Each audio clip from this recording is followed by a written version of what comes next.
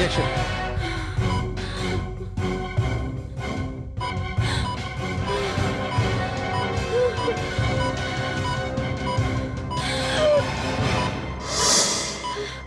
Oxygen mask.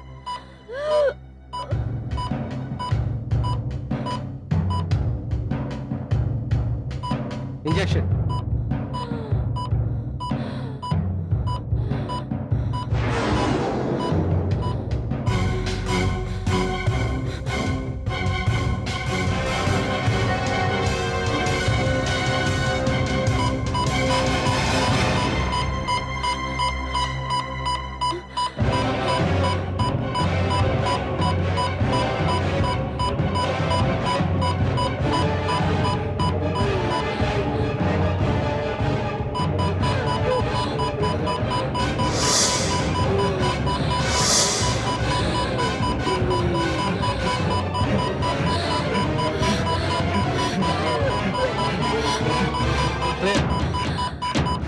Clear,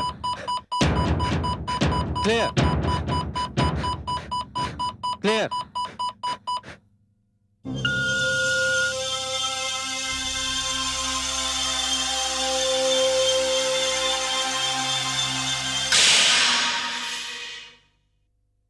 doctor क्या हुआ?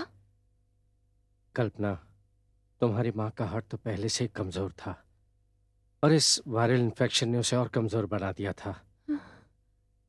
आई am sorry, मैं उन्हें बचा नहीं सका। आई am really very sorry. Please संभालो अपने आप को।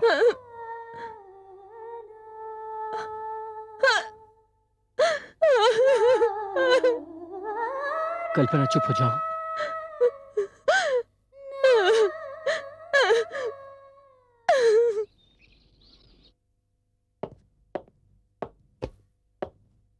उषा, उषा, हाय। उषा, आज बहुत देर हो गई। देर तो नहीं हुई है, आप बिल्कुल अपने वक्त पर हो। जाने की जल्दी है और आने की कोई खबर नहीं। ऐसा है उषा कि हम डॉक्टरों का वास्ता हमेशा मरीजों से पड़ता है और जब तक मरीज डिस्पेंसरी में है हमारे आने का तो सवाल ही पैदा नहीं होता और यही इस पेशे का असूल है।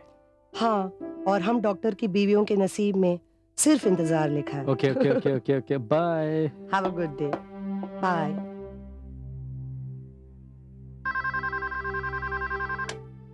Yes sir. तोलाराम जी, आप अंदर जाइए। हाँ।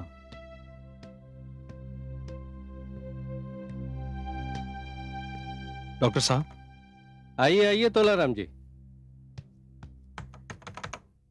कहिए आप क्या शिकायत है? क्या बताएं डॉक्टर साहब, दिन भर तो घबराहट रहती है और रात को नींद नहीं आती। तोलाराम जी, आप खाने पर तो बिल्कुल कंट्रोल नहीं करते हैं। तेल वाली चीजें खाना बिल्कुल बंद कर दीजिए। देखिए तोलाराम जी, खाना अगर कम तेल और कम मसालों का हो तो एसिडिटी बिल्कुल नहीं होगी और घबराहट भी नहीं होगी जो आपको होती है। ठीक है। आइए आपका चेकअप करता हूँ। कब?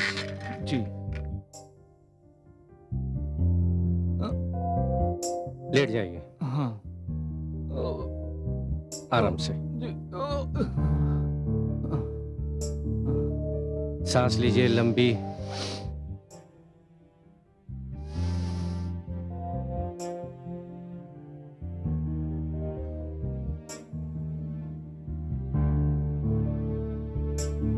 अच्छा तोलाराम जी, आपको सीढ़ियां चढ़ने में कुछ घबराहट तो नहीं महसूस होती? डॉक्टर साहब, होती है। ओके। हाँ।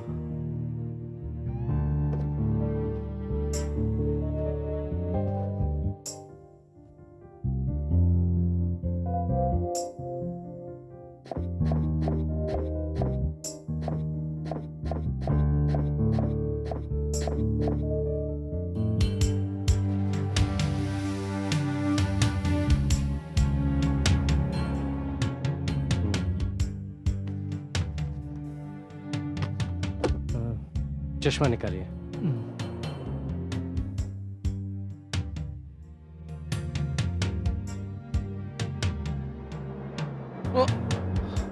पेट में पेन? हाँ डॉक्टर साहब। आई, उठिए। जी। तुलराम जी, आपका ब्लड प्रेशर बिल्कुल नॉर्मल है, लेकिन हाँ। गैस है। हाँ। आप अगर एक्सरसाइज करें रोज, मेरा मतलब है कि चलें, हाँ। वॉक करें, तो ये जो गैस है ये कम हो जाएगी। ठीक है डॉक्टर साहब, ठीक रोज है? चलूंगा। आइए, कम। आइए तुलराम जी, हाँ जी। मैं आपकी दवाइयाँ जो हैं वो बदल देता हूँ, इससे आपको डेफिनेटली आराम मिलेगा। ठीक है डॉक्टर साहब।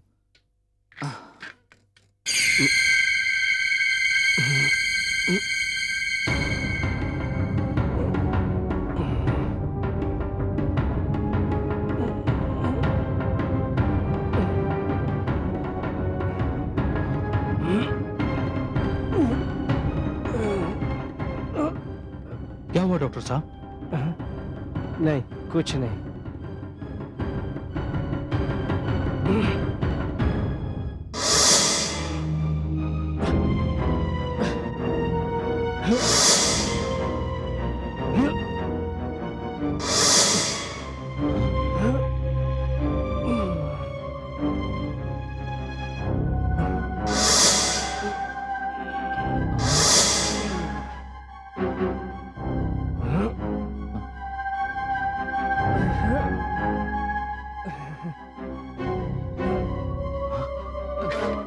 अरे कंपाउंडर, देखो डॉक्टर को क्या हो गया? डॉक्टर साहब, क्या हुआ डॉक्टर साहब? डॉक्टर साहब, क्या हुआ? क्या हुआ डॉक्टर साहब? नहीं, वो लगता है मेरी तबीयत ठीक नहीं है। मैं घर जा रहा हूँ। बाहर जो पेशेंट बैठे उन्हें कहना कल आए। जी।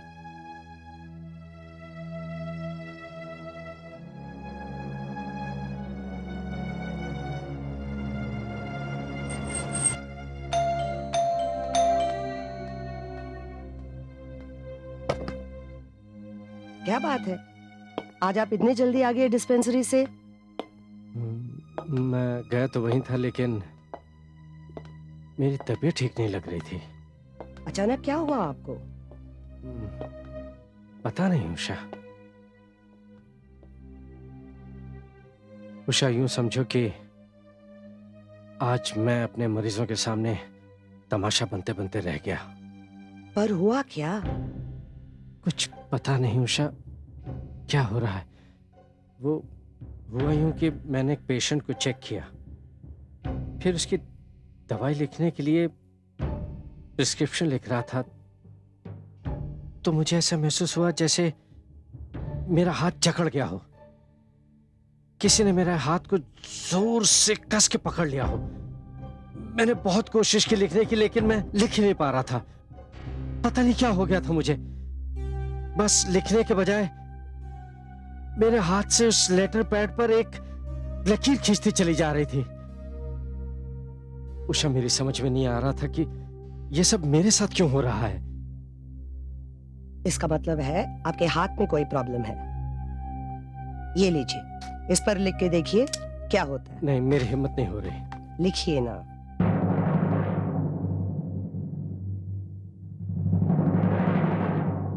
लीजिए ना, लिखिए।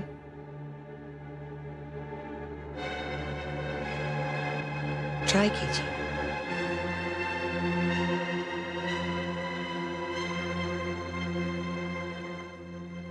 क्या लिखूं? मेरा नाम ही लिखिए।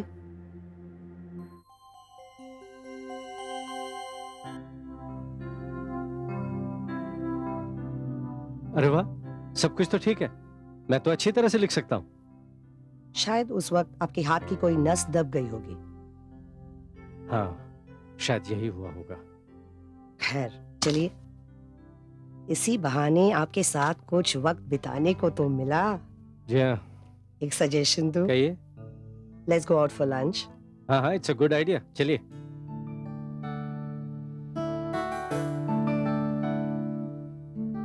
क्या बात है, डॉक्टर साहब आज आएंगे नहीं?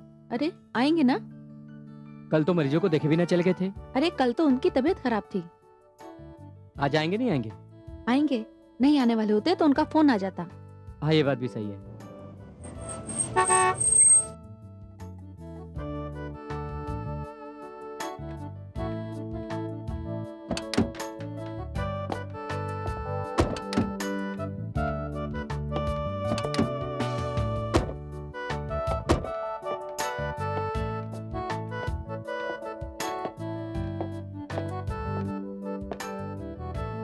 Good morning good sir. Morning.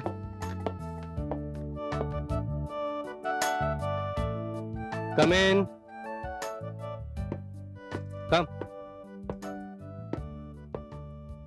6 बजे तक हूं मैं, आप आ जाइए। जी ओके बाय। हाँ मिस्टर राजेश, जो टेस्ट कहे थे वो करवा लिया आपने? हाँ डॉक्टर साहब, ये देखिए। देखें क्या है रिपोर्ट।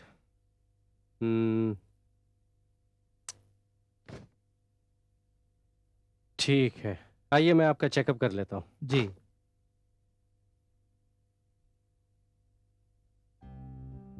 आओ आओ राजेश, लेटो। और बताओ, ड्रिंक्स पीना बंद किया कि नहीं? नहीं साहब। नहीं तो कैसे ठीक होगे तुम? एकदम बंद करो ड्रिंक पीना, ठीक है? जी। सांस लो। क्या हुआ डॉक्टर साहब? नहीं कुछ नहीं।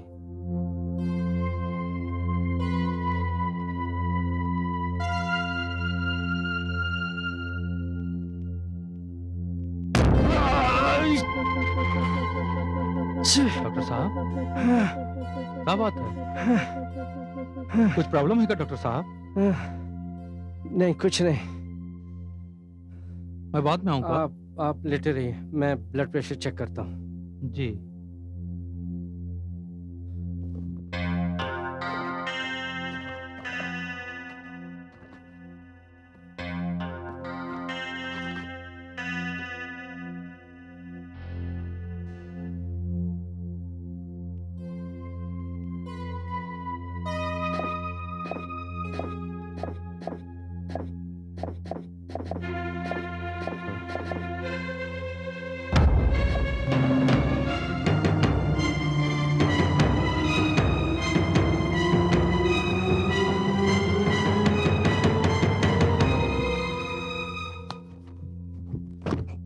क्या हुआ डॉक्टर साहब? नहीं कुछ नहीं, तुम लेटे रहो राजेश, मैं अभी आता हूँ।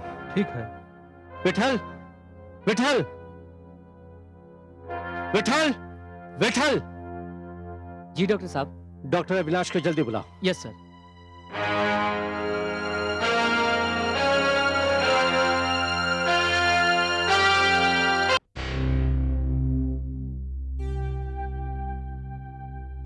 Yes doctor Khanna. Doctor Avinash, मेरा एक पेशेंट है, उसका can you check his blood pressure please? Why not, come come. आइए डॉक्टर साहब। क्या बात है डॉक्टर साहब, कुछ प्रॉब्लम है क्या? कुछ नहीं, आप लेट जाइए। घबराने की बात नहीं, मैं देखता हूँ। जी।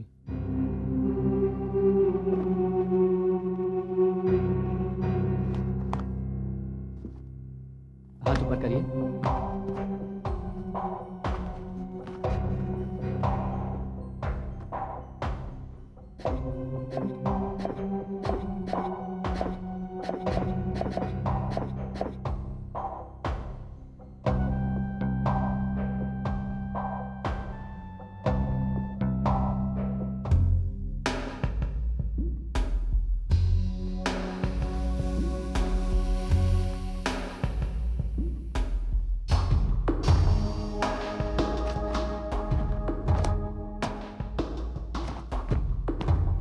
बिल्कुल नॉर्मल है। Normal? Everything is normal. Anything else? No doctor Avinash, thank you. Okay, all the best.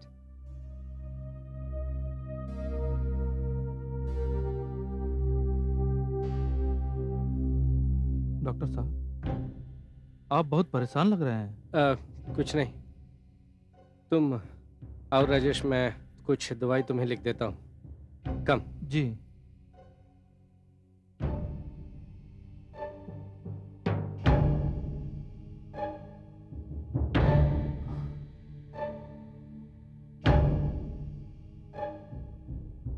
Doctor साहब, वो मेरा प्रिस्क्रिप्शन।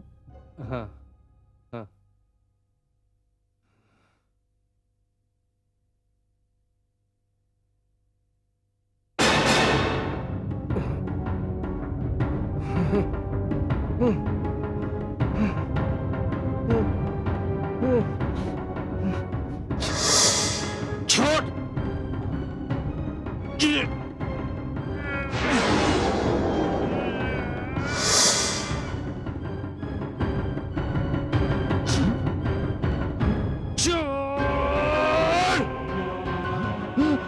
अरे अरे कौन आएगा? छोड़ डॉक्टर साहब, छोड़, मुझे कहता हूँ छोड़।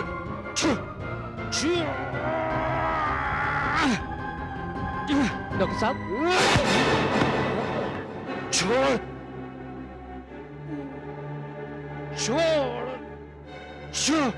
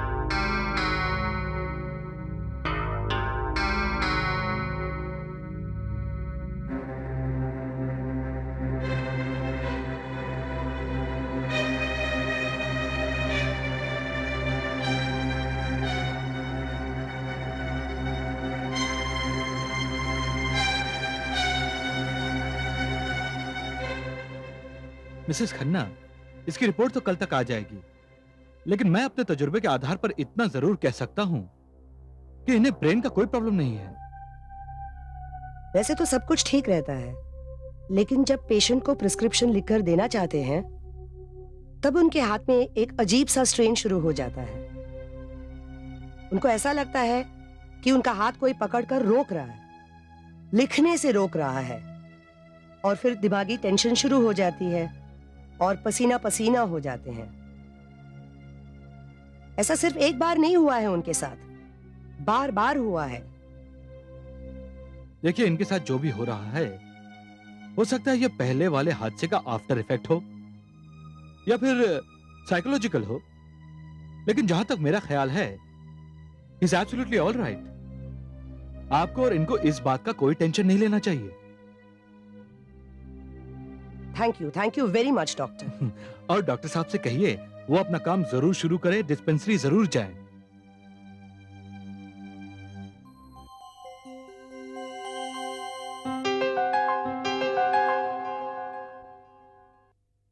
आप जाइए अंदर।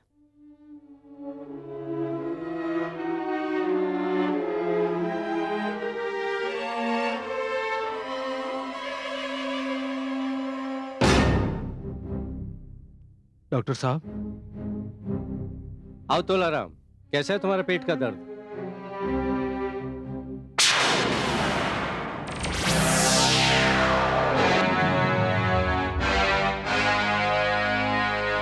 डॉक्टर साहब, मेरा नाम तोलाराम नहीं, कमला है। सॉरी, मुझसे गलती हो गई। एक्चुअली गलती से मेरे मुंह से गलत नाम निकल गया। आप प्लीज बैठिए ना।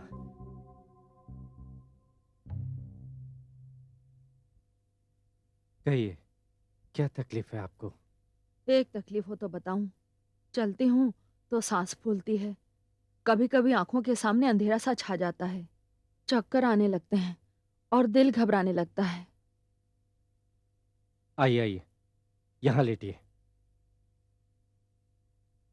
आइए, आराम से।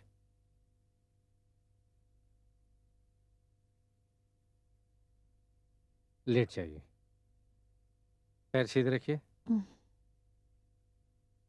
ठीक लग रहा है? Absolutely fine. Fine. That's good, अभी ठीक हो जाएगा।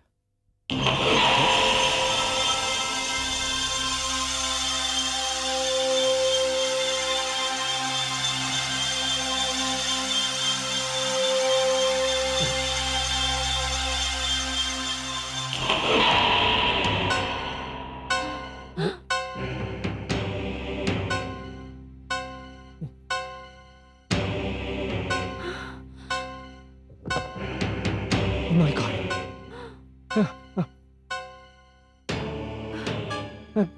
जी जी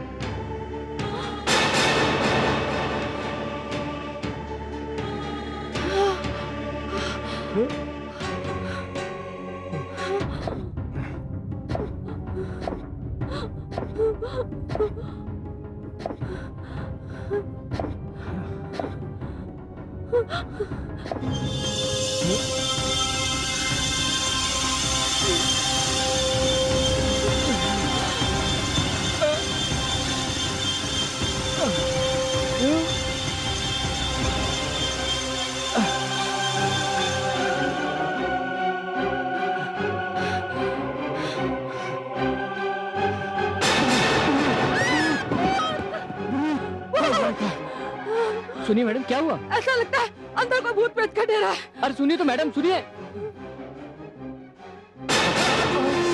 भूत भूत भूत।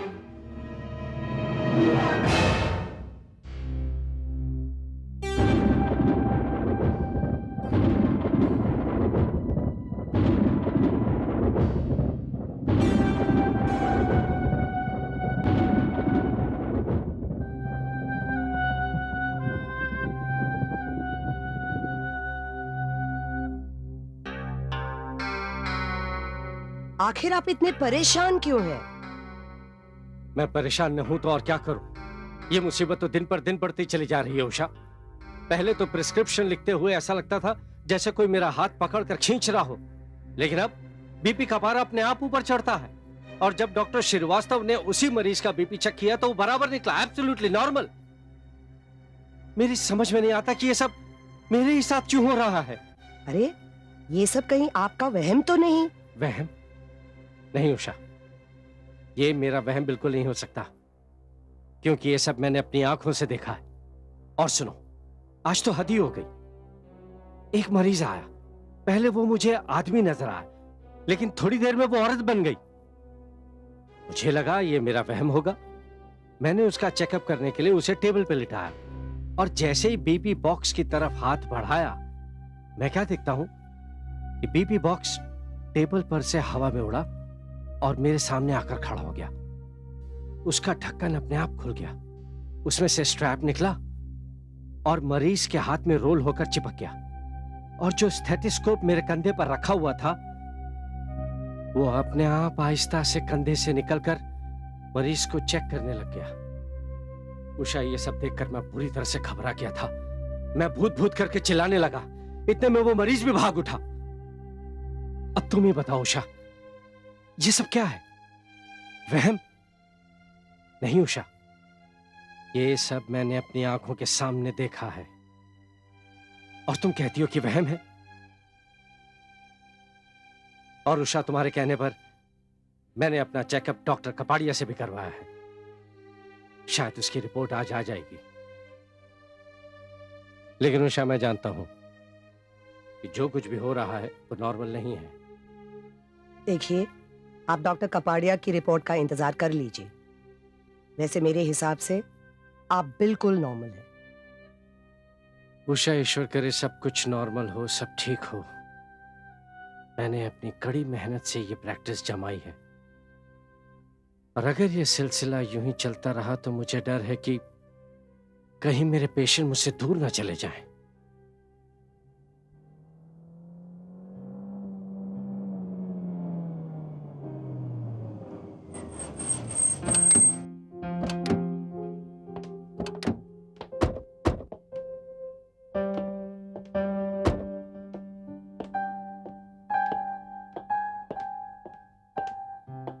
हाँ भाई, हमको भी ऐसा ही लगता है। अरे ये क्या है? जरूर यहाँ पर नहीं कोई आई है। भूत का चक्कर है।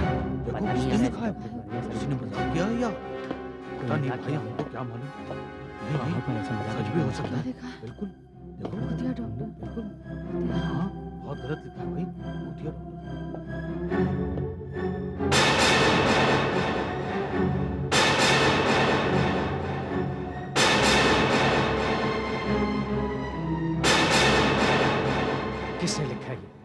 पता नहीं सर, ये किसकी शरारत है। आप अंदर जाइए सर, मैं साफ कर देता हूँ।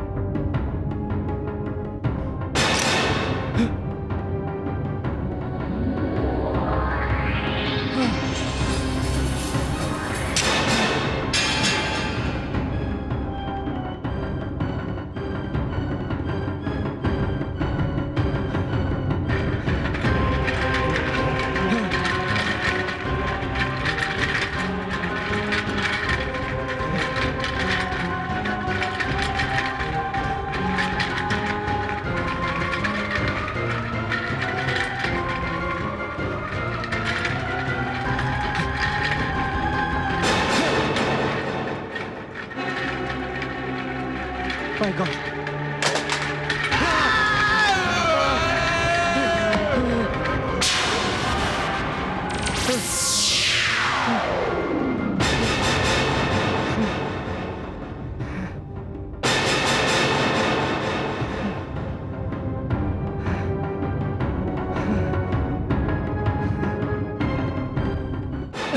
Sorry sir. वो दवाइयाँ, वो सब ऊपर, वो टेलीफोन सर, पता नहीं क्या हो रहा है, पता नहीं क्या हो रहा है। सर सुनिए तो। सर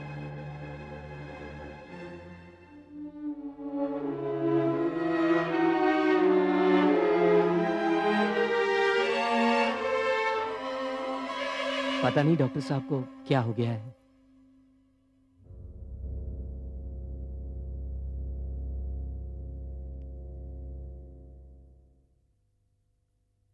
उषा, जो कुछ भी मेरे साथ हुआ मैं उसे बयान नहीं कर सकता। लगता कोई मुझे तबाह करने पर तुला हुआ है। अगर यह सिलसिला इसी तरह से चलता रहा मैं तो पागल हो जाऊंगा। सुनिए, हिम्मत से काम लीजिए। जो हालात हमारे सामने हैं उनका तो मुकाबला करना पड़ेगा ना। मगर उषा, इंसान से लड़ाई हो तो मुकाबला करो ना। हवा से कैसे मुकाबला किया जा सकता है? मैं भूत प्रेतों पर विश्वास नहीं करता, लेकिन यह सब देखकर मैं बहुत डर गया हूं। अब तो मुझे अपने साइज से भी डर लगने लगा है। प्लीज प्लीज आप डरिए नहीं, मैं हूं ना आपके साथ। प्लीज चलिए, please let's go and relax.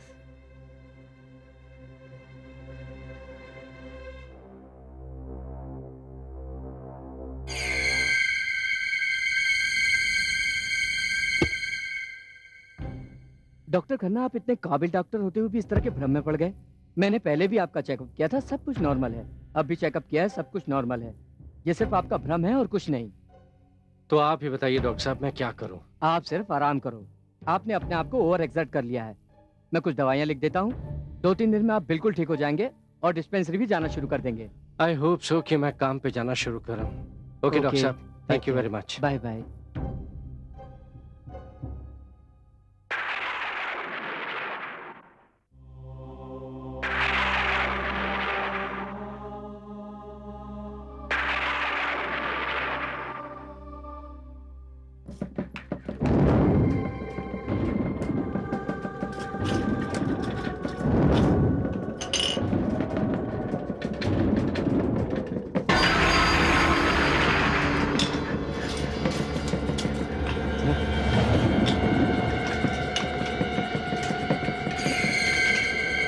कौन?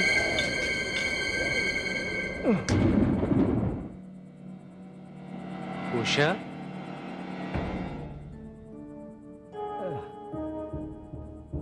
इतनी रात गए तुम जाग रही हो? क्या हुआ? उषा? उषा? बात सुनो उषा। उषा, उषा, उषा, उषा, दरवाजा खोलो उषा। क्या हुआ उषा? उषा, तुम दरवाजा क्यों नहीं खोलती? उषा,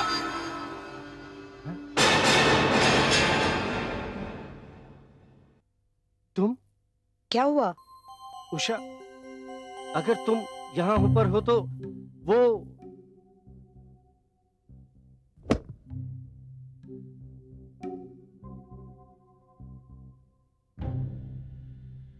क्या हुआ? तो वो कौन थी? कौन वो? वही जिसका पीछा करते करते मैं यहां तक आया। वो उषा, मेरी समझ में नहीं आ रहा कि क्या हो रहा है, क्या हो रहा मुझे। कुछ नहीं हो रहा है आपको। आपने शायद सोते सोते कोई सपना देखा है। सपना? नहीं उषा, वो देखिए, आपकी ये हालत देखकर अभी मुझे भी घबराहट होने लगी है। तो तुम ही बताओ उषा कि मैं क्या करूं। सुनिए, आप अपने आप पर काबू पाइए। आप एक डॉक्टर हैं और इस बात को आपसे ज्यादा और कौन समझ सकता है कि ये कोई वहम है आपका। इस वहम से बाहर आइए। देखिए, आप खुद सोचिए, इस घर में इस वक्त आपके और मेरे सिवाय और है कौन? और आपका इस तरह उठना, किसी को देखना जो है नहीं, अगर वहम नहीं है तो और क्या है ये? प्लीज अपने आप को संभालिए और अपनी प्रैक्टिस फिर से शुरू कीजिए। तुम बिल्कुल ठीक कहती हो उषा, ये मेरा वहम ही तो है। ठीक है, कल से मैं रोज हॉस्पिटल जाऊंगा और ये जो मेरा वहम है इसे मैं अपने जहन से हमेशा हमेशा के लिए निकाल दूंगा। सच कह रहे हैं आप? बिल्कुल सच कह रहा हूं।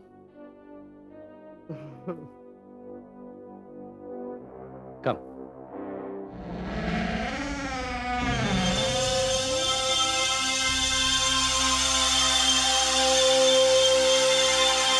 खन्ना की कोई खबर आई? अरे भगवान का शुक्र है, उनकी तबीयत ठीक है। उनका फोन आया था, वो आ रहे हैं। अच्छा, हाँ। लो डॉक्टर साहब आ गए।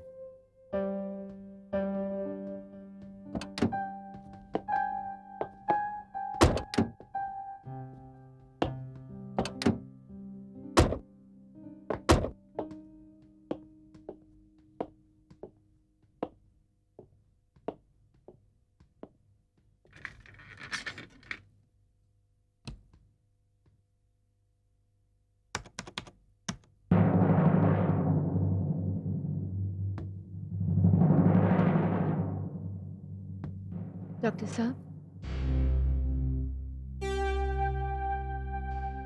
अरे कल्पना, तुम आओ आओ, अंदर आओ।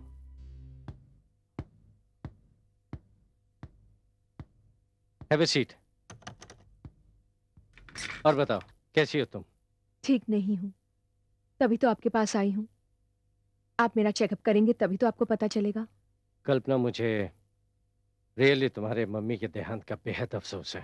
जी हाँ डॉक्टर साहब, नकली दवाइयों ने उनकी जान ले ली थी। क्या कहा तुमने? तुम्हारी मम्मी की मौत नकली दवाइयां खाने से हुई? उन्हें तो दिल का दौरा पड़ा था ना?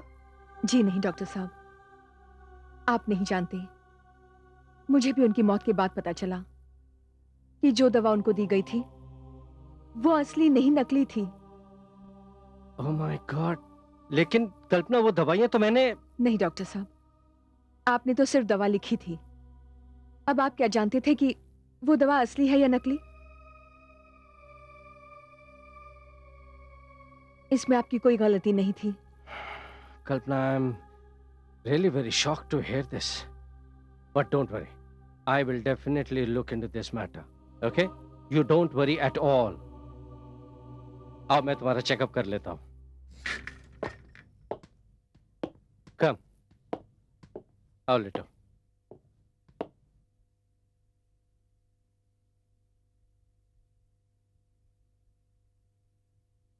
सांस लो।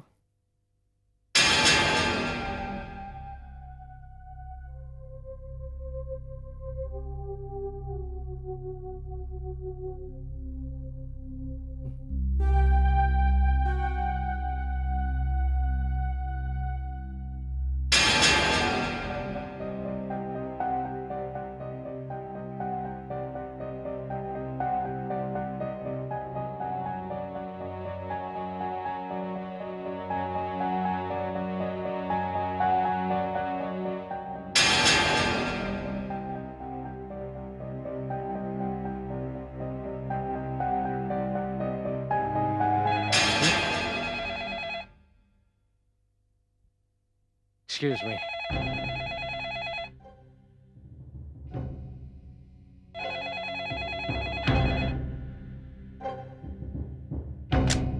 Yes, doctor Khanna here. Doctor साहब, मैं मिसेस प्रकाश झा बोल रही हूँ। हाँ हाँ बोलिए। आपसे मिलना है। हाँ आइए ना। Thank you. Okay okay bye.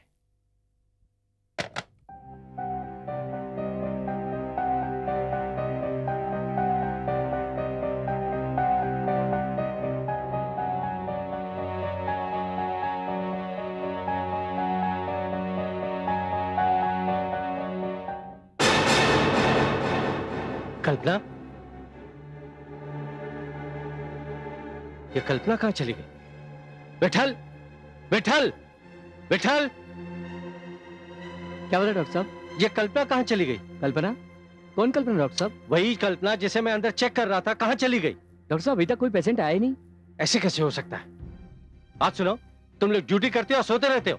Patient अंदर आया, मैंने उसे लिटाया, चेक कर रहा था, इतने में फोन की घंटी बजी। मैंने फोन उठाया, पलट कर देखा तो पेशेंट अंदर नहीं है। डॉक्टर साहब मैं सच कह रहा हूँ, अभी तक कोई पेशेंट आया ही नहीं। तुम्हारा दिमाग खराब हो गया है। मैंने खुद उसे चेक किया। हटो यहाँ से। सुनो सर।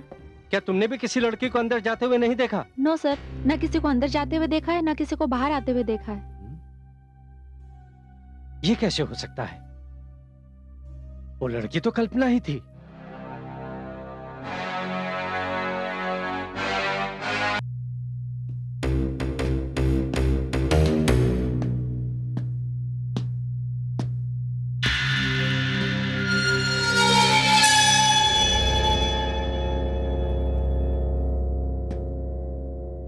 डॉक्टर खन्ना,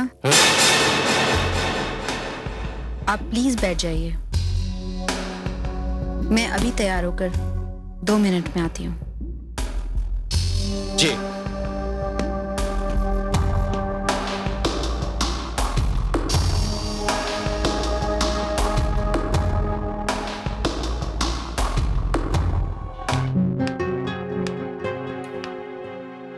आइए डॉक्टर साहब। सॉरी, आपको थोड़ा वेट करना पड़ा।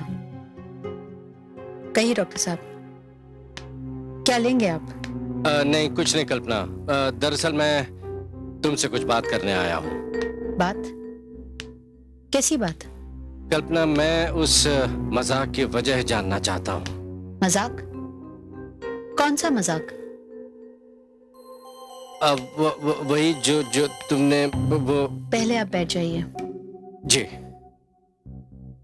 कल्पना, वही जो तुमने डिस्पेंसरी में आकर किया, वो मेरा क्या हुआ कि मैंने तुम्हारा चेकअप करने के लिए तुम्हें टेबल पे लेटाया, ठीक है? तो तुम बिना बोले ही चली गई। मेरा मतलब है कि चली क्या गई, तुम तो गायब हो गई। मैंने अपने कंपाउंडर और रिसेप्शन से भी पूछा तो उन्होंने बताया यहाँ तो कोई आया ही नहीं था। और आप परेशान हो गए? सच पूछो कल्पना तो मैं आजकल बहुत परेशान हूँ। मेरा मतलब है कि अजीब अजीब से हादसे हो रहे हैं मेरे साथ, जिसकी वजह से मैं जहनी तौर पर बहुत अपसेट हो गया हूँ, बहुत परेशान हो गया हूँ। कल्पना, ऐसा क्यों हो रहा है, इसका जवाब मेरे पास नहीं है। आपके पास इनका कोई जवाब नहीं डॉक्टर साहब, लेकिन इन सब का जवाब मेरे पास है।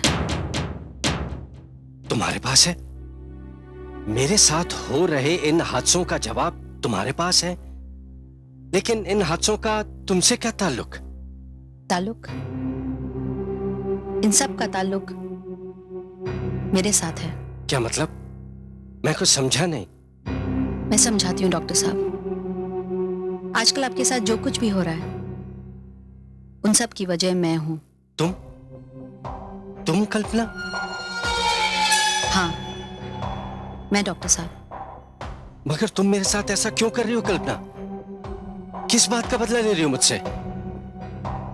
माना कि मैंने तुम्हारी मां का इलाज किया और मैं उन्हें बचा नहीं सका, लेकिन इस बात का मुझे बेहद अफसोस है कल्पना।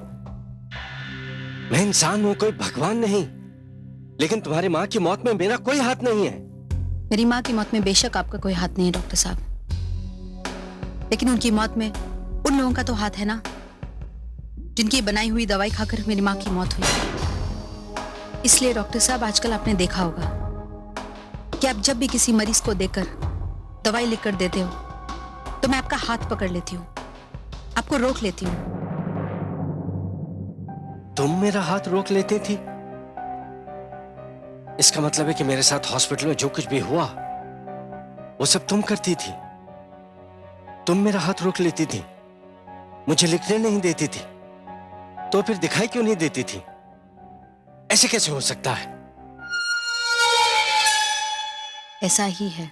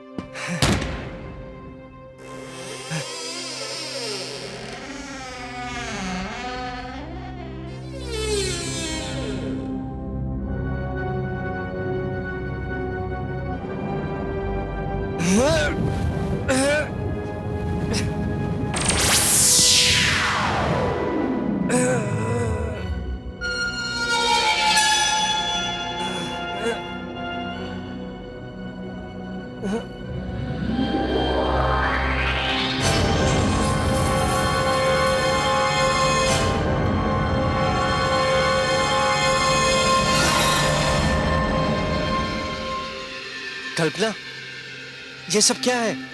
डॉक्टर साहब, आप मुझसे बिल्कुल मत डरिए, मैं आपको सब कुछ बताती हूँ। मैं एक दुखियारी लड़की हूं जिसकी मां को बिना कसूर नकली दवाइयां देकर मौत के घाट उतार दिया गया। ये वो लोग हैं जो दौलत के लालच में आकर नकली और जहरीली दवाइयां बनाते और बेचते हैं, जो इंसानों की जिंदगियों से खेलते हैं। जब मुझे मां की मौत की असलियत का पता चला तो मैं उन्हें रोकने गई, क्योंकि वो मेरे सामने बेनकाब हो चुके थे और उन्हें डर था कि कहीं मैं उनकी असलियत पुलिस को न बता दूं। उन्होंने बड़ी खूबसूरती के साथ मुझे मौत के घाट उतार दिया। डॉक्टर साहब, आप इस वक्त जिस कल्पना को देख रहे हो ना, वो जिंदा नहीं है, वो कल्पना की आत्मा है। आत्मा? नहीं कल्पना।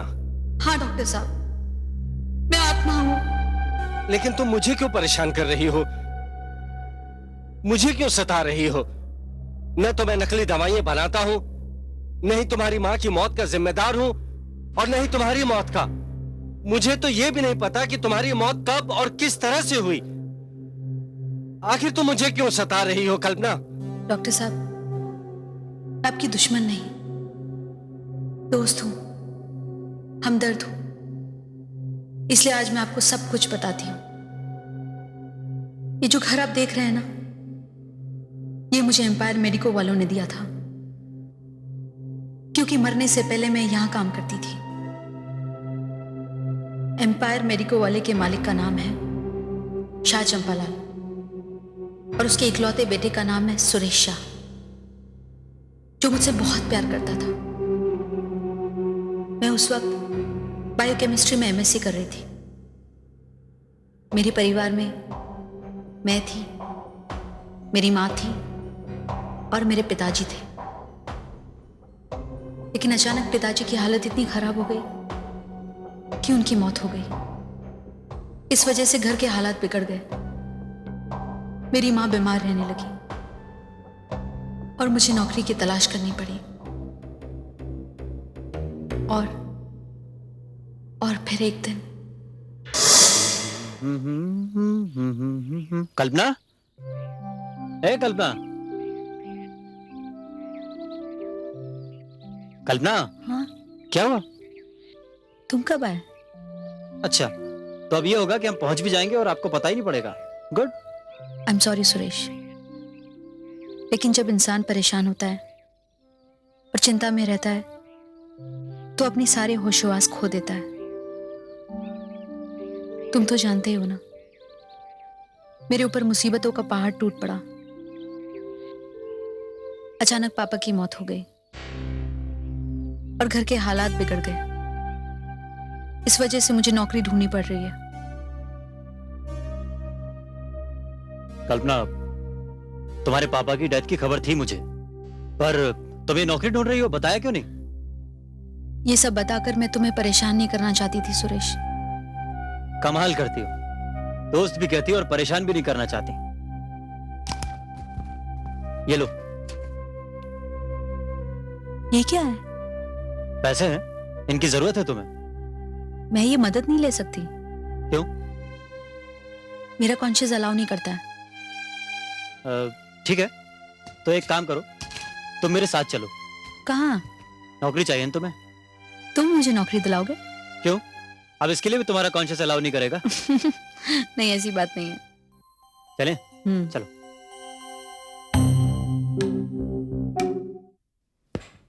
Good morning sir. Good morning. Good morning sir. Morning. Good morning sir. Morning sir. Good morning sir. Morning morning. Good morning sir. Please come. ठीक है, I'll talk to you later. मैं आई कम इन सर? आओ भाई आओ। आओ। तुम्हें कब से जरूरत पड़ गई इजाजत मांगने की? Hello sir. क्या बात है? जी, ये कल्पना मेहता है, ब्रिलियंट स्टूडेंट है, बायोकेमिस्ट में एमएससी कर रही है। Very good. लेकिन इन्हें काम की तलाश है। पढ़ाई छोड़कर काम? जी, हालात ही कुछ ऐसे, इन्हें काम की तलाश है और आप इन्हें काम देंगे। भाई तुम्हारी बात को कैसे टाल सकता हूं, लेकिन फिलहाल इन्हें क्लरिकल जॉब करना होगा। नो प्रॉब्लम सर, मेरे लिए यही काफी है। मुझे काम की बहुत जरूरत है। मैं किसी के सामने हाथ नहीं फैलाना चाहती, इसलिए इज्जत से जो भी मुझे मिल जाए वही मेरे लिए काफी है। बड़ी खुशी हुई तुमसे मिलकर। मैं बहुत इम्प्रेस हुआ तुम्हारी इस बात से। क्या नाम बताया तुमने अपना? हाँ, कल्पना।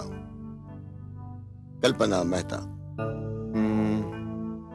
ऐसा करो, तुम इन्हें मैनेजर गुप्ता के पास ले जाओ। जी। वो उन्हें काम सिखा देंगे। ठीक है। तुम आज से बल्कि अभी से काम शुरू कर सकती हो। और जहां तक तनख्वाह की बात है तो सर, सैलरी की कोई बात नहीं है। आप खुशी से जो भी देंगे वो मेरे लिए काफी होगा। नहीं, तुम्हें you'll get a handsome salary. Anything else? No sir, thank you very much. Thank you. चलें। तो आप खुश हैं मिस्टर सुरेश? ये thanks. Thank you sir, thank you very much. It's okay. माँ, माँ, माँ, माँ, माँ, माँ, एक बहुत ही अच्छी खबर है। क्या बात है बेटा? एक बुरी खबर से तो हम लोग उबरे नहीं, अब क्या खबर है? माँ, मुझे एम्पायर मेडिको में नौकरी मिल गई है। दवाई की कंपनी है। क्या तुम नौकरी करोगी बेटा? और फाइनल ईयर वो कैसे पास करोगी? माँ, आप जानती हो ना नौकरी करना कितना जरूरी है। आप पढ़ाई की बिल्कुल चिंता मत करिए, मैं हैंडल कर लूंगी। लेकिन बेटा मैं काम कर रही हूँ ना। नहीं माँ, वैसे भी आपकी तबीयत खराब रहती है और आप तो जानती हो ना नौकरी करना कितना जरूरी है। लेकिन बेटा नहीं माँ, मैं कुछ भी नहीं सुनूंगी। अब आप आराम करेंगी और मैं नौकरी करूंगी। ठीक है, जैसी तेरी मर्जी। कल्पना, दोस्ती और मोहब्बत में थैंक यू वेरी मच नहीं चलता। अरे तुमने एक मिसाल तो सुनी होगी कि जो जरूरत के वक्त काम आते हैं वही सच्चे दोस्त होते हैं। तो मैंने तुम पे कोई एहसान नहीं किया। तुम्हें नौकरी की जरूरत थी और मुझे पता था कि वहां तुम्हारे लिए काम है, बस। सुरेश, लेकिन एक बात समझ में नहीं आई। हर कोई वहां तुम्हारी इज्जत कर रहा था। पियोन से लेकर बॉस तक हर कोई तुम्हें ऐसे पूछ रहा था जैसे तुम ही वहां के मालिक हो। इनफैक्ट चंपालाल जी ने बिना कोई सवाल किए मुझे नौकरी दे दी। इसके पीछे एक बहुत बड़ा राज है। कौन सा राज? बताऊं तुम्हें वो राज? अब दोस्तों से भी कोई राज छुपाता है? ठीक है, तो सुनो। शाह चंपालाल मेरे पापा हैं। क्या? मैं उनका इकलौता बेटा हूं और उनकी जायदाद का इकलौता वारिस। तुम इतने बड़े आदमी हो और इतने अमीर हो, फिर तुमने ये बात मुझसे क्यों छुपाई? देखो, इस सब की कभी नौबत ही नहीं आई और वैसे भी मैंने बताना जरूरी नहीं समझा। तुम इतने बड़े आदमी के बेटे हो और मैं बस कल्पना, दोस्ती और प्यार में छोटा बड़ा नहीं देखा जाता। और तुम जानती हो कि ये तो आप में विश्वास नहीं रखता। तुम एक बात बताओ, तुम तो खुश हो ना? बहुत खुश हूँ। कल्पना, तुम्हारी दोस्ती पर मुझे बहुत नाज है। तुम्हें मैंने एक अच्छाई देखी है। तुम हर बात को साफ साफ कहती हो। तुम्हें कोई कॉम्प्लेक्स नहीं है। तुम्हारा दिल शीशे की तरह साफ है। बस तुम्हारी स्टडीज कंप्लीट होने का इंतजार है। उसके बाद तुम्हारे सामने एक प्रपोजल रखूंगा। कौन सा प्रपोजल? कैसे कहूं कल्पना, विल यू मैरी मी? मुझसे शादी करोगी?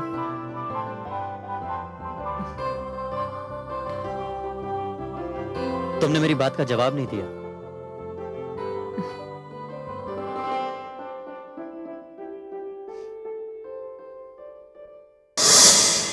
सुरेश की बातों को सुनकर मुझे ऐसा लगा जैसे कई साज मेरे कानों में बज रहे हों। मुझे वो सारी खुशियां मिलने वाली थी जिसकी कभी मैंने कल्पना भी नहीं की थी। नौकरी करते करते मैंने अपना पोस्ट ग्रेजुएशन कंप्लीट किया। कंपनी ने खुश होकर मुझे प्रमोशन दिया।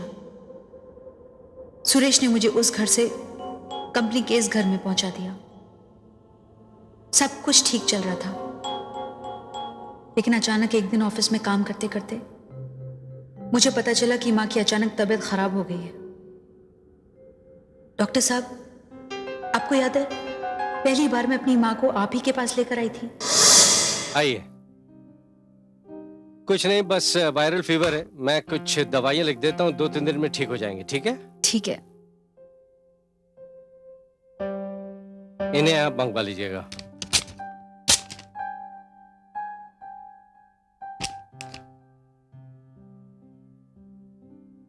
अरे डॉक्टर साहब, आपने जो भी दवाइयां लिखी हैं वो सब उसी कंपनी की हैं जहां मैं काम करती हूँ। ओह, दैट्स गुड। हाँ डॉक्टर साहब, मैं एम्पायर मेडिको में काम करती हूँ।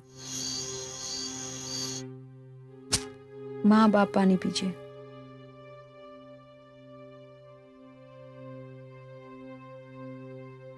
पी लिया, अब आप आराम करिए। बेटा, मेरी सेवा करते करते इतना वक्त हो गया, तूने खाना तक नहीं खाया अभी। आप मेरी बिल्कुल चिंता मत करिए, मैं खा लूंगी। आप आराम कीजिए।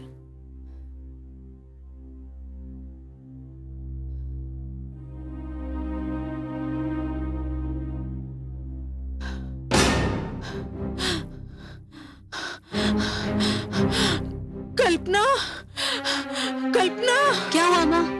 जी घबरा रहा है बेटा, जी घबरा रहा है। माँ माँ आप आराम कीजिए, मैं डॉक्टर को फोन करके आती हूँ।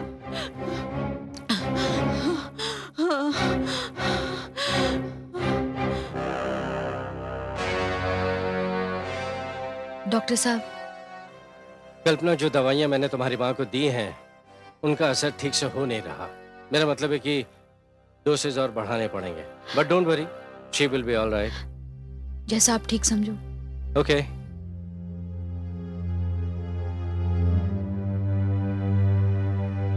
दवाई की डोज बढ़ाने के बाद माँ की तबीयत और ज्यादा खराब हो गई। डॉक्टर, क्या हुआ? कल्पना, वो बोलिए ना। आई एम सॉरी कल्पना,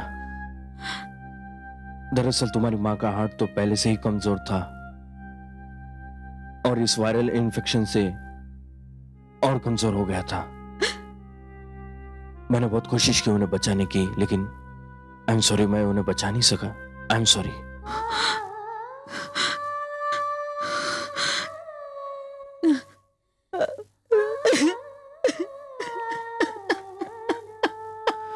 कल्पना चुप हो जा।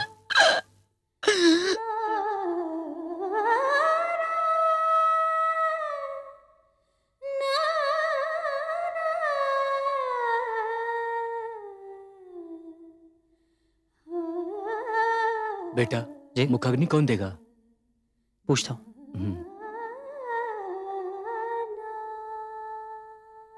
वो पंडित जी पूछ रहे हैं मुखाग्नि कौन देगा? मैं दूंगी। तुम? हाँ मैं। लेकिन ये परंपरा के खिलाफ है बेटी। परंपरा? आप किस परंपरा की बात कर रहे हैं पंडित जी? गया वो जमाना जब बेटा बेटी में फर्क हुआ करता था। आप ही बताइए, क्या बेटी माँ की कोख में 9 महीने और बेटा 15 महीने रहता है? मैं ही अपनी माँ की बेटी हूं और मैं ही अपनी माँ का बेटा, इसलिए मैं ही अपनी माँ को मुखाग्नि दूंगी।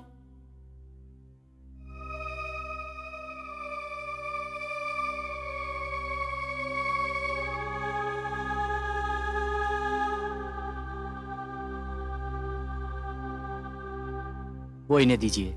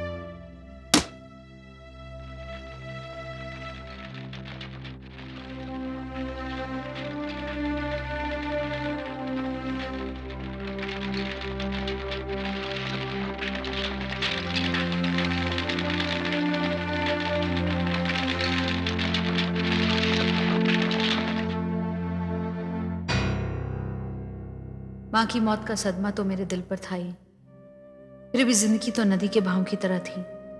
मैं फिर अपने काम पर वापस चली गई और उस दिन मेरी ड्यूटी फैक्ट्री में थी। I am sorry.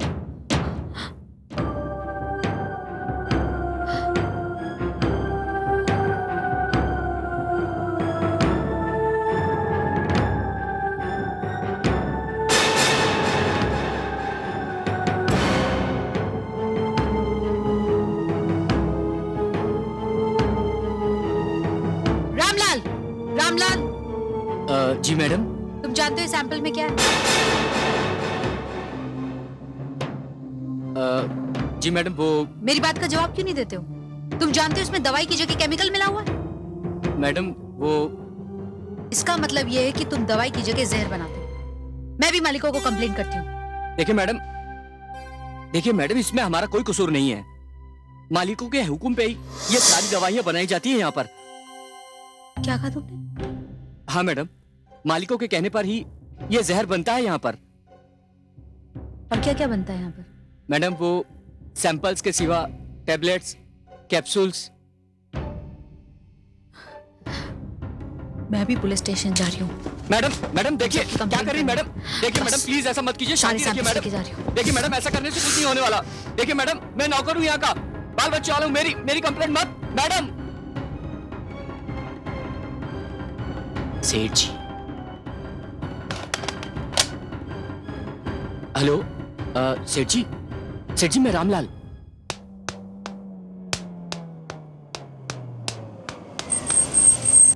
कल्पना कहाँ जा रही हो? ये क्या है? मौत का परवाना। मौत का परवाना? मैं समझा नहीं। सुरेश, मैं कभी सोच भी नहीं सकती थी कि एम्पायर मेडिको में दवाइयों की जगह जहर बनता है। ये क्या कह रही हो कल्पना? मैं जो कुछ भी कह रही हूँ मेरे पास सबूत है उनका। ये कैप्सूल देख रहे हो, इसमें केमिकल का रंग पड़ा हुआ है। अरे इंजेक्शन, इसमें जिंदगी नहीं मौत है। ये सब हो रहा है एम्पायर मेडिको में। क्या? नहीं, ये सच नहीं है। सुरेश, अब मुझे तुम लोगों की असलियत का पता चल चुका है। ये वही इंजेक्शन है जो मेरी माँ को दिए गए थे, जिसकी वजह से उनकी मौत हुई। इसलिए मैं इसी वक्त पुलिस स्टेशन जा रही हूँ। तुम कहीं नहीं जा रही हो कल्पना।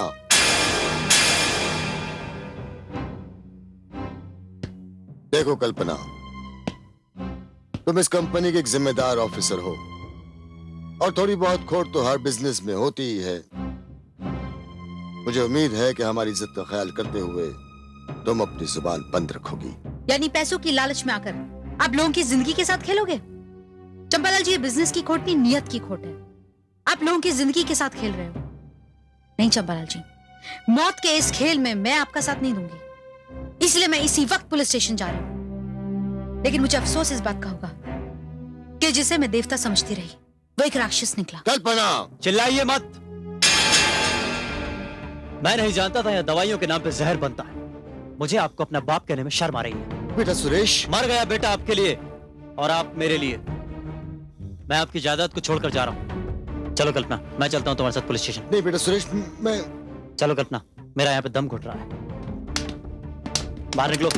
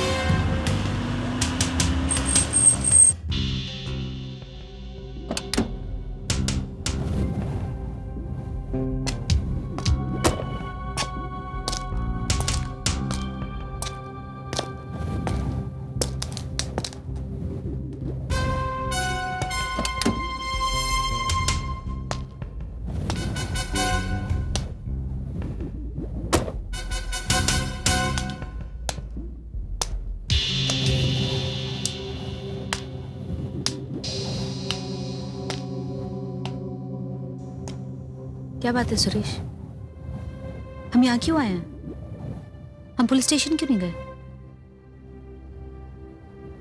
मैं बहुत अपसेट हूं कल्पना। क्या सोचा था, क्या हो गया। कितने सपने देखे थे।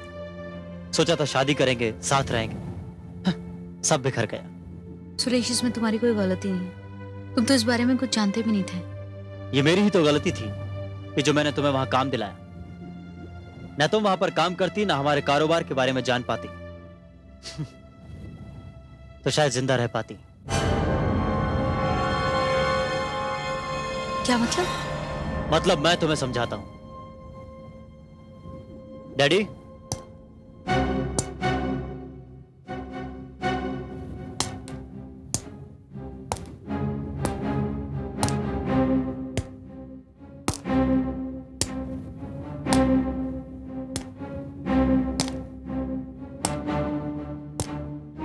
डैडी ये रही आपकी मुजरिम। मुजरिम? मुजरिम मैं नहीं, मुजरिम तुम दोनों हो। मौत के सौदागर। मेरी माँ की तरह पता नहीं कितने गरीब और मासूम लोगों को तुमने अपनी ही नकली दवाइयां देकर मौत के घाट उतारा है। तो तुम पुलिस स्टेशन जा रही थी हमारा राज फाश करने, हमें बेनकाब करने, हमारी साख को मिट्टी में मिलाकर हमें बर्बाद करने। वो तो मैं आज भी जाऊंगी, तुम्हें मौका मिलेगा तब ना।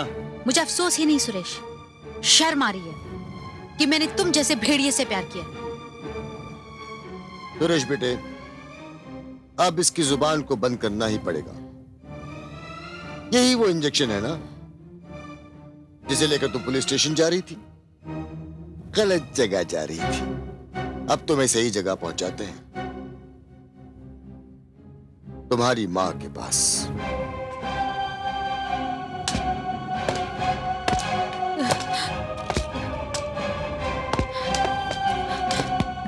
सुरेश देखो, आगे मत आना।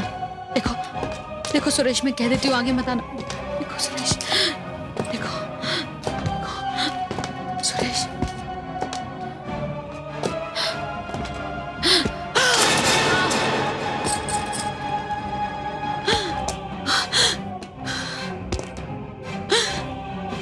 सुरेश तुम गलत कर रहे हो। नहीं सुरेश,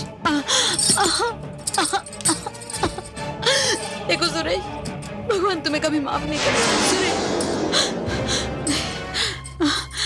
क्या कर रहे हो सुरेश?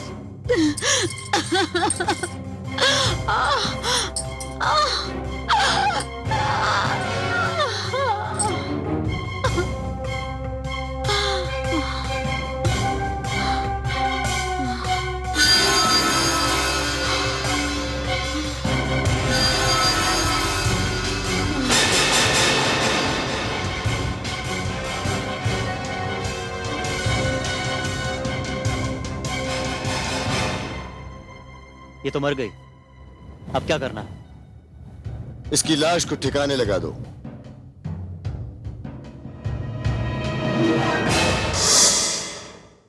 कल्पना, मैंने कभी सोचा भी नहीं था कि ऐसी रेप्यूटेड कंपनी इस तरह की नकली दवाइयां बनाकर लोगों की जिंदगी के साथ खेल रही है।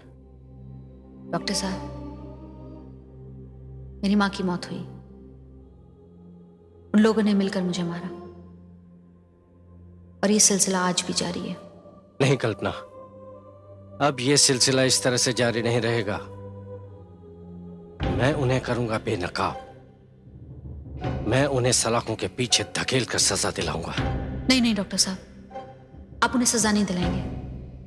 वो दोनों मेरे मुजरिम हैं। वो मेरे ही नहीं, समाज के मुजरिम हैं, देश के मुजरिम हैं, और उन्हें मैं सजा दिलाऊंगी।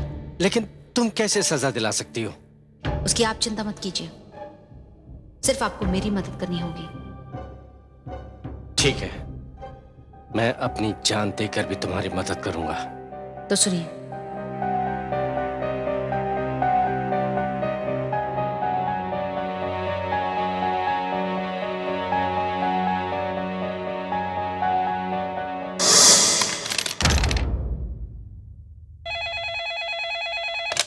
Hello, Suresh Shah here. Yes mister Suresh, मैं चंपालाल जी से बात कर सकता हूँ? डॉक्टर खन्ना है। हाँ जी, एक मिनट। ये डॉक्टर खन्ना का फोन है आपके लिए। हाँ डॉक्टर खन्ना, कहिए। चंपालाल जी, आपके लिए एक बुरी खबर है। बुरी खबर? कैसी बुरी खबर? चंपालाल जी, आपको याद होगा कि आपकी कंपनी में एक लड़की काम करती थी जिसका नाम था कल्पना। उसकी माँ का इलाज मैंने किया था। उस लड़की का कहना है कि उसकी माँ की मौत आपकी कंपनी एम्पायर मेडिको की नकली दवाइयां खाकर हुई है, और वो मुझसे कहकर गई है कि वो आपकी फैक्ट्री से उन नकली दवाइयों को बरामद करके पुलिस के हवाले करेगी। लेकिन डॉक्टर खन्ना, वो देखिए चंपालाल जी, जो मेरा फर्ज था वो मैंने पूरा किया। बस मैं आपको आगाह करना चाहता हूं कि आप उस लड़की को अपनी फैक्ट्री में आने से रोकिए।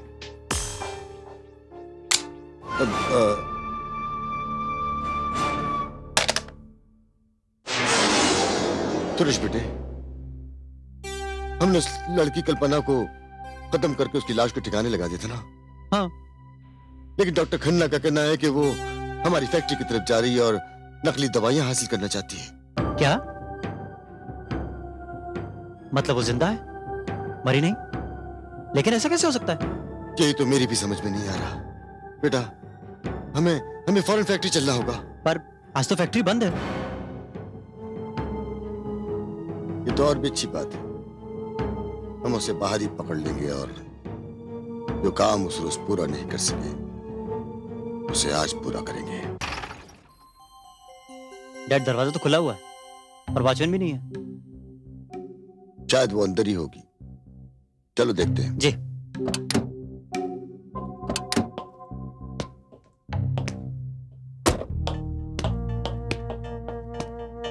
चलिए।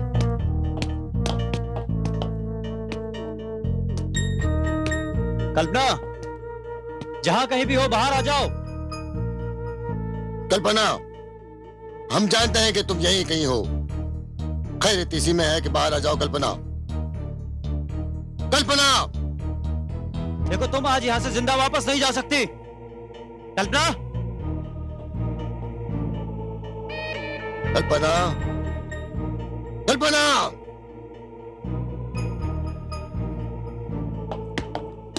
क्या हो बेटा? नहीं मिली। इधर भी कोई नहीं है। कहाँ गई होगी वो? ये क्या हो रहा है?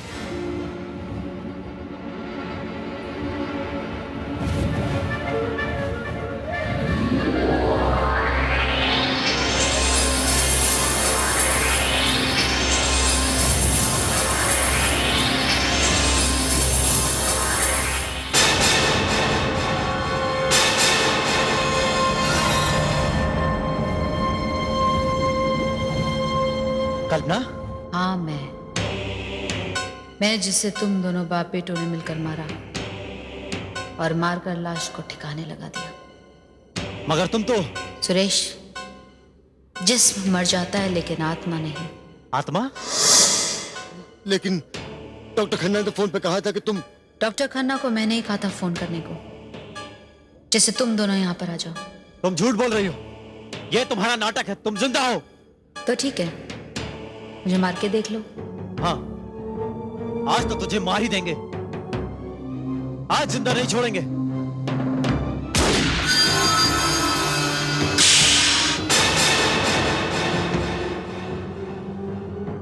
हाँ?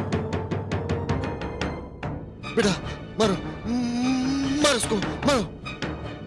हाँ।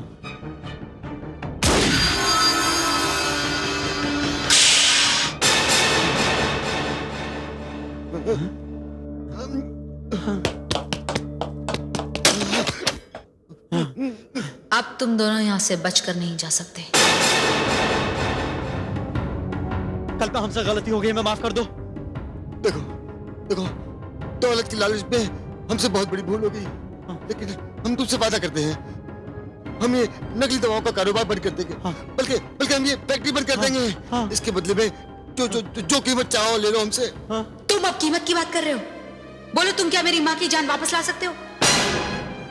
मेरी जान वापस कर सकते हो? उन हजारों मासूम और गरीबों की जान वापस कर सकते हो जो तुम्हारी दवाइयां खाकर मौत के मुंह में चले गए? नहीं चंपालाल। और सुरेश, तुम तो मुझसे प्यार करते थे ना, मुझसे शादी भी करना चाहते थे। लेकिन मुझे जैसे ही तुम्हारी असलियत का पता चला, तुमने अपना रंग बदल लिया। बोलो सुरेश, मुझसे गलती हो गई। तुमने कितनी बेदर्दी से अपनी जान बचाने के लिए मुझे मौत के मुंह में पहुंचा दिया। हम पर रहम करो, माफ कर दो हमें। माफ कर दो, हमें माफ कर दो। तुम लोग तो रहम के काबिल ही नहीं हो।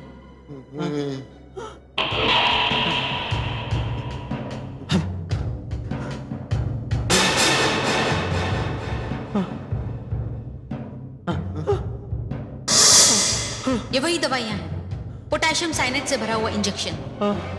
अब तुम लोगों को पता चलेगा कि नकली दवाइयां खाकर आदमी कैसे मरता है। हमें माफ कर दो, हमसे गलती हुई, माफ कर दो हमें।